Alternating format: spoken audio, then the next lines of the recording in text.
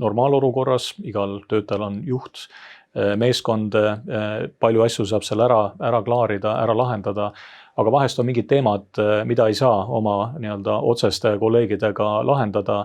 Ja siis sul peab olema alati üks koht, kus sa tead, et sa saad oma sõnumi, oma mure, oma tähelepaneku edasi anda ja see ei jää tähelepanuta, et sellega toimetatakse.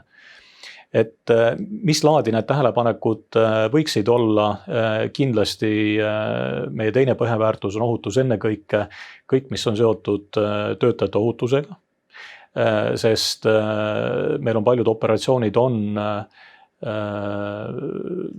kõrgendatud ohutasemega, me ei tohi seal vigu teha ja kõik turvanõuded peavad olema hästi järgitud. Teine valdkond on siis kohe see, mis kõik tuleneb sellest, et kus meie maine on ohus, kuna Eesti Energia töö ja tegemised on väga avaliku tähelepanu all ja praktiliselt kõik Eestimaa inimesed, ettevõtted on kuidagi Eesti Energiaga seotud kas meie teenuste või meie toote või toodangu tarbimisega.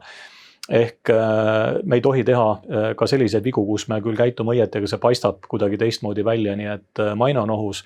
Ja siis ilmselgelt kõik, mis on varaga seotud, et ükskõik mis põhjusega, kas hooletusest või siis teadlikult kuidagi meie vara on kahjustatud, ka seda ennekõike alati näevad meie enda töötajad. Nii et vihjeliin on siis selline allikas, mida inimesed teavad, et ta on olemas. Nad teavad seda, et sinna võib oma sõnumid tähelepanekud jätta, et see on meile oluline ettevõttes ja sellega tegeletakse.